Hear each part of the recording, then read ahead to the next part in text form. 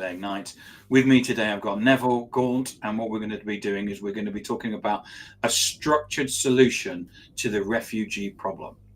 That sounds like a big, difficult problem to solve, Neville. So, welcome here. Where can people find you before we get into the discussion? Thanks very much, Tim. Well, you can find me on LinkedIn under Neville Gaunt. I happen to be one of the first people on LinkedIn, so there are no numbers after me.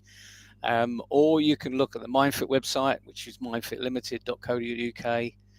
Or you can find me on Facebook or any other social media. Again, with Neville Gaunt. I'm pretty old, so I was one of the first few there, Tim. Well, it's just past my 19th anniversary on LinkedIn, so you may be even longer than that. Wow, you may have beaten me, to be honest. But yeah, long time. So, talk to us about this the refugee situation that you're starting to you've seen and the solution that you've come up with. Well, I've been looking at the refugee arena for about 10 or 12 years. And if you're like me and you always give to people collecting for charity and you're into Red Nose Day, Comic Relief or Children in Need, you always think that it goes straight to source. And it's so you think that if you're giving £10 goes to the source? Yeah, and clearly, although Children in Need and Red Nose Day say 100% goes there, in the majority of the NGOs or the aid agencies, there needs to be some admin cover, and you're quite happy with 10 or 15% admin cover because these are big organisations, and in the main, the majority of funds actually do go to source. But the problem has become a crisis because there's an old saying that underpins the aid agency arena. And it's something like this. There are many variations, but it's something like this, Give a man a fish and he feeds his family for a week. Teach him how to fish and he feeds his family for a lifetime. And that's underpinned the aid agency ever since I can remember, back into last century, which is a long time ago for many people. But the problem we've got today is we've got more need and less resources. So we've got more people being displaced through, no reason of their own, and they're typically pushed to another country, into a tent. There's no welcoming committee, and then they're given a minimal amount of money, if they're lucky, to find food and literally eat. The teach a man how to fish, unfortunately, is moving further and further away into the distant horizon, and that's really where we need to be focused now. We can't solve the feed them issue, frankly, because they're doing a great job with limited resources. We need to solve the other piece. In other words, give them a bit of hope, help them find a job, or help them start a business. So one of the things I thought everybody knew that if an organisation like Oxfam, 80% of the money that you give to Oxfam basically goes on admin. I thought everybody knew that. Maybe they don't. Well, there are some sort of conflicting discussion. That's their own figures, I believe. That's but that's the magnitude that we're talking about. That when you give £1. So when I go and buy a CD at Oxfam for £1, basically 20%, 20 pence of it goes to something or other. Well, that's got to be bad news, isn't it? Well, I get a CD. Yeah. Well, you get a CD, but if a big chunk goes on admin, then we're not really getting to the real heart of the problem. If we're raising $1 billion, let's put it in real terms. If we're raising $1 billion, only $200,000 is going to solve the problem. That's not good enough. No. And no business actually could exist on 80% admin. No. And so if we think about this, feed a person, or feed a person a fish, or teach a person how to fish. If we start thinking about, okay, so we can't. There's no way as a world that we can basically keep giving people food, and as a long-term solution doesn't work. where do we go in terms of how do we teach people how to fish? What is the way that we do that?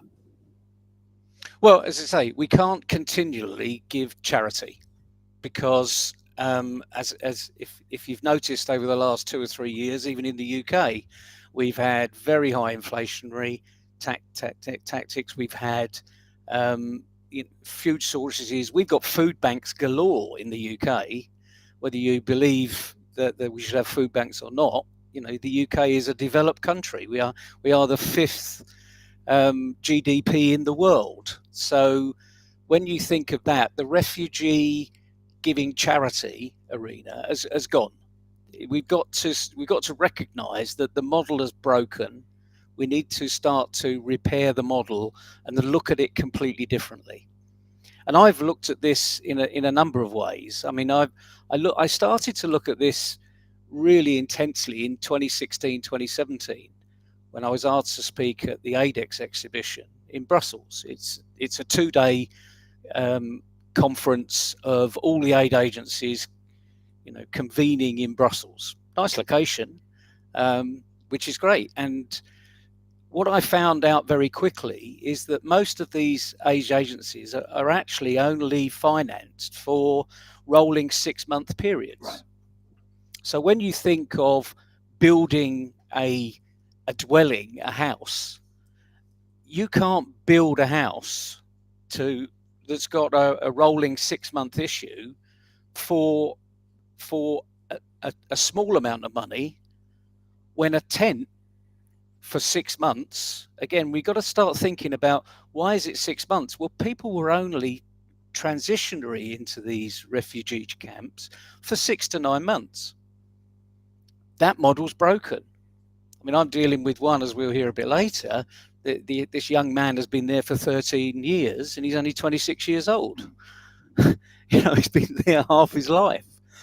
And that's the problem with the camps. So they're funded to provide tents, but really we need to be providing villages. They are becoming permanent villages. And some people, I've heard them when they're speaking internationally, they call them prisons, because you can't get out of the prison. You literally live and die. You go there to live and you go there to die, which is so one of the things that sad. you've done, Nev, is that you've looked at the situation with refugees, and you've actually come up with this situation that we have at the moment, where they're reliant on money, but there's an ability for you to teach them things. Yeah, absolutely. I mean, there's lots of efforts going on about skills transfer in all of these camps, but that's great. That's a re-education. But the problem is, a skills transfer is not going to get them a job. Equally, it's not going to create a business. So what you need to be focused on is creating a business. Right. And what we've done there. So we know, and you've got to reverse engineer it. So there's no point in having a lot of potential entrepreneurs come into you with great ideas, just like having these incubator programs around the world. You get 30 really dynamic, young, enthusiastic people going into this incubator, and they're all going to go and create different businesses. But the reality of that is because they're all creating different businesses, they're not really focused on the one business and the one tactics or the one strategy you need to sell what you're doing. So if you reverse engineer it, as I say, and look at what the local community really wants, we know what they need, needs and wants in small business land. Forget what they need, give them what they want. And what they want typically is they need clothing, because it's in small supply. They need pots and pans, believe it or not, because they need to cook. But more importantly, they need to feel clean. So we focused on a product called it Endless Love Soap, Okay. But it's liquid soap. So you did some research, didn't you, in terms of in the camp, in terms of finding out what was the number one thing that they needed? Absolutely. And the number one thing they said, well, we need to feel clean. We need to be clean. And then we said, well, you've already got soap. Yeah, but it's hard blocks of soap. This is not very easy to use. So we just refined it and said, well, would liquid soap help? And all of a sudden, the light bulb comes on with everybody. They all start smiling, and you realise, my goodness, if we can turn hard soap into liquid soap, we've got a market. So it's not rocket science. But then what you need to do is, having that one product, you then attract a lot of people into your team. We called it the Happy Ladder Club. So you come there on a regular basis. We teach you not just how to make liquid soap, but how to sell it. So we're all focused on one product and one audience. And of course, guess what? All of the people in the club would be buyers of soap anyway. So it's not as though we're making something that they wouldn't buy. So they're already coming up with the ideas of how to sell it. So as I say, this really isn't rocket science at the end of the day, and we're not dealing with a downtown, middle London type, pretty tough arena. I mean, across the whole of Africa, half of these camps are in deserts. So there's not a lot of arable land. So you've got to focus on a product that they really want to have. And again, when you think of the average salary in these areas is like $15 or $20 a month, you can't charge a great deal for your product. But again, So what you've done is, go on.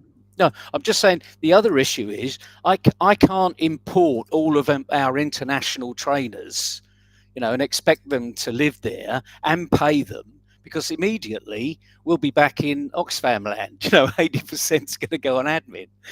Or even more, frankly. So what you need to do is to look at the local structure, and you need to see who's available to do what locally, and then you can really, cut your cloth accordingly. Because if people are living out there for like $5 or $10 a month, you can employ them for $20 to $25 a month. They're earning a reasonable salary, but more importantly, they're enjoying what they do. So what you've done is that you found that there is a need for a particular product. You've created an ability for these individuals to create this product and then sell it at the same time. So in effect, you've created a market. Yeah, it's a mini ecosystem, as people love to talk about these terms. I just say it's common sense. So if you imagine taking a bit of a step back now, right? So we've defined the first product on the high street, what everybody wants. And we know, given, if anyone's lived in a conflict situation, in a war zone, they all know that once the fighting stops and it becomes secure, people come on the street to trade. We saw that in Afghanistan all the time, and in Iraq.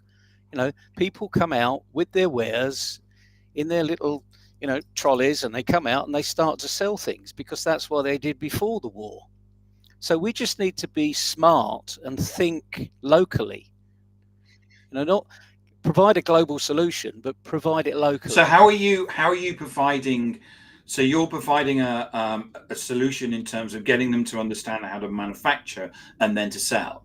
But it's not just a case of then sell. It's you're carrying on with the support in terms of that as well, which is why you've got the names of the Ladder Club and I can't remember what the other names were as well. Well, that's really important, Tim. You hit the nail on the head. Every business needs a mentor. You need to have that mentor that comes to you on a regular basis, or you go to them, that gives you that little encouragement, gives you a couple more ideas, and you just keep moving and moving forward. So that's a well-known model. So the whole purpose of what we've called the Happy Ladder Club is that you come into the club, you don't pay anything for it, because we're training you. We train you how to make a product. We train you how to sell a product. You have fun selling the product. You bring other people in to say, would you like to help me sell this or manufacture it? So you actually create growth, because the product is getting a good name locally. people are feeling happier, that they're cleaner, their clothes are cleaner. I mean, you can use soap for lots and lots of different reasons. And if you look at the majority of people that are in the camp, over 80% are women. Now, I don't know a woman in the world that doesn't want to, feel clean and smell clean, So consequently, there is this captive arena. And the nice thing about, as we called it, the Happy Ladder Club, is you keep coming back to the club even after you've been through the program. So we have a program for 3 months, 90 days. And during that time, you gain more self-esteem, courage, confidence. I mean, frankly, we could close the program down after 3 weeks because they're already there. And in effect, what you're doing is that you're building micro businesses, aren't you? Because what they're doing is that there's was it something you don't charge, but what happens is that they pay an amount of money for the going to the club or something like that, and that basically pays back in effect the loan that they've taken out. In essence, yeah, we don't tell them what it's good. Well, we do tell them what it's going to cost, but we say we don't want your money, we want your success. And once you become profitable, we would expect you to come back and mentor new people, but equally, we'll mentor you to go further and further, and you pay approximately $2 a month out of your profit. Okay. And they're very happy to do that. And of course, that means that in real terms, I suppose, we get payback after 2 and a bit years, because it costs us approximately $50 per micro business to set up. And that includes all the training. And by the way, the trainers that are there are refugees. So we're paying refugees to train refugees. So again, this is a nice little ecosystem that's working out, very nicely. We also set them up with the materials for the training. And at the end of it, we give them materials so that they can start their micro business. We don't give them $100, but we're going to give them a month's worth of trading supply so they can get out without them costing anything at all. So it's quite a unique little model. Can we do it anywhere else in the world? Yeah, of course you can. So I was going to say, are you looking to actually, the ecosystem? Because at the moment you've got a GoFundMe page, haven't you, for Uganda? Are you looking to roll this out into different places in the world, and for different products? Ideally, I'm using Uganda, in fact, the Naki Valley refugee settlement as an example. The reason I chose Naki Valley is that the camp was designed for 50,000 people in 1959. Now, I can remember 1959 because that's the year I was born. That's how old I am. So, but today there's 175,000 people in that camp. It's just, grown and grown and grown and grown. Obviously, the facilities need to have grown with it, and they haven't. So we got a real problem in that one camp. And I'm not saying Uganda isn't a nice refugee arena, because frankly, if you go to the BBC website, they'll say it's one of the best refugee arenas in the world. That doesn't mean to say that anyone's coming out of the refugee camps, because they're not. As I say, there's only 2 ways to come out, and that's to go and find a job somewhere else or start a business. But the idea is that the GoFundMe just for Naki Valley, we're asking for £3,000. We've got nearly 500 donated already. So thank you very much to all those people out there. And that's given us the confidence to be able to start the next program, which, interesting enough, starts on the 29th of February. And that's in a way getting those $50 in effect with a That's the 50, exactly. So what people are paying for are the $50 to allow a person to start their own micro business. Absolutely. And we're going to do the soap program again, but we're also going to bring hairdressers, because guess what? Another thing on the high street is to have a hairdresser. Everyone wants to look good. And equally, people need to look good from a different side. So we're creating a seamstress program at the same time. Our purchase means we're going to have to buy other things like needles and thread and all those sort of things, but we're already geared up to it. Again, that means the high street has now got 3 strings to its bow. And we'll go on to the next one and the next one. And it's all going to be driven by want. And as I say, ideally, because of the way we've structured it, all of our external mentors, I've got 4 international good friends of mine, they all providing their time for free. They're not charging for it. That's why it's $50 per micro business, frankly. And that's why we've managed to make it, fairly tight, fairly unique. But I'm very happy to speak with anyone who wants to take it into their refugee camp, or even into their, disadvantaged, town, city, or village. So Neville, where can people find you? Well, as I say, you can find me on LinkedIn. That's probably the easiest. Or Google me on social media, Neville Gaunt.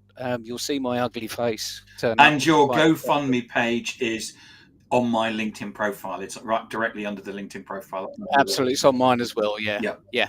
And as I say, the idea of the GoFundMe page is literally just to kickstart. So I only want to go once. I don't need to come back for that particular program, but we need to come back for other programs as we start them off from nothing. Neville, thank you so much for coming on today and talking about a structured solution to the refugee problem. Thank you so much. And if people need to get hold of you, they can get you on LinkedIn, or the GoFundMe page is one of the first comments. Thanks very much, Tim. Really appreciate it.